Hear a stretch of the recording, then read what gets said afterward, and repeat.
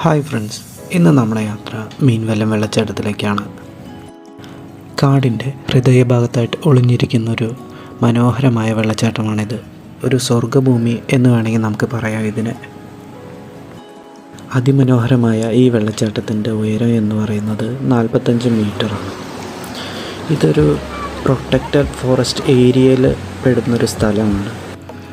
ഇത് കല്ലടിക്കോടൻ മലനിരകളാൽ ചുറ്റപ്പെട്ടിട്ടുള്ള ഒരു വെള്ളച്ചാട്ടമാണ്. ഇത് സൈലൻറ്റ് വാലിയുടെ ഒരു എക്സ്റ്റൻഷനായിട്ടും വരുന്നതാണ്. ഇതിൻ്റെ ഉള്ളിലായിട്ട് ഒരു ജലവൈദ്യുതി നിലയമുണ്ട്. അതിന്ന് 3 മില്ലി വോൾട്ട് വൈദ്യുതി വരെ ഉൽപ്പാദിപ്പിക്കാൻ പറ്റുന്ന ഒരു ജലവൈദ്യുതി നിലയമാണ്. മീൻവല്ലം വിസിറ്റ് ചെയ്യാൻ പറ്റുന്ന ഏറ്റവും ബെസ്റ്റ് ടൈം എന്ന് പറയുന്നത് ഒക്ടോബർ ടു മാർച്ച് വരെയുള്ള കാലയളവാണ്. ആ സമയത്ത് വളരെ ശാന്തമായി ഒഴുകുന്ന വെള്ളച്ചാട്ടവും വെള്ളവും ഒക്കെ ആയിട്ട് നമുക്ക് ആസ്വദിക്കാൻ പറ്റും. കുട്ടികളുമായിട്ട് വന്ന് ഫാമിലിയായിട്ട് നമുക്ക് എൻജോയ് ചെയ്യാൻ പറ്റുന്നൊരു സ്പോട്ട് കൂടിയാണ് ഈ കാടിനകത്തുള്ള ഈ സ്വർഗ്ഗഭൂമി എന്ന് പറയുന്നത്.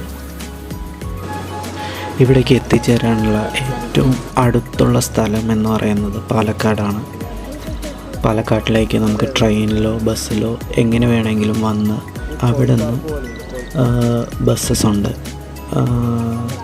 കോഴിക്കോട് സൈഡിലേക്കോ അല്ലെങ്കിൽ മണ്ണാർക്കാട് സൈഡിലേക്ക് പോകുന്ന ബസ്സസിൽ കയറി കഴിഞ്ഞാൽ കല്ലടിക്കോട് എന്ന് പറയുന്ന ഒരു ഗ്രാമത്തിൽ ഇറങ്ങി അവിടെ നിന്ന് നമുക്കൊരു ടാക്സി വിളിച്ചിട്ടോ ഇല്ലെങ്കിൽ ലോക്കൽ ബസ്സസ് ഉണ്ടാവും, അതിൽ കയറിയിട്ട് നമുക്ക് പോവാം. ആ പോകുന്ന വഴി എന്ന് പറയുന്നത് വളരെ മനോഹരമായിട്ടുള്ള മലമ്പ്രദേശമാണ്.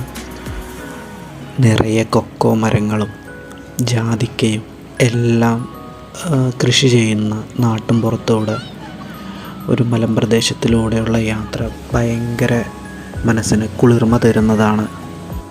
ഒരു പ്രവേശന ഫീസ് നമുക്ക് മേടിക്കേണ്ടതുണ്ട്. ഫോറസ്റ്റിൻ്റെ ആയിട്ടുള്ളത് കൊണ്ട്, പ്രൊട്ടക്റ്റഡ് ഫോറസ്റ്റ് ഏരിയ ആയതുകൊണ്ട് നമുക്ക് പ്രവേശന ഫീസുണ്ട്.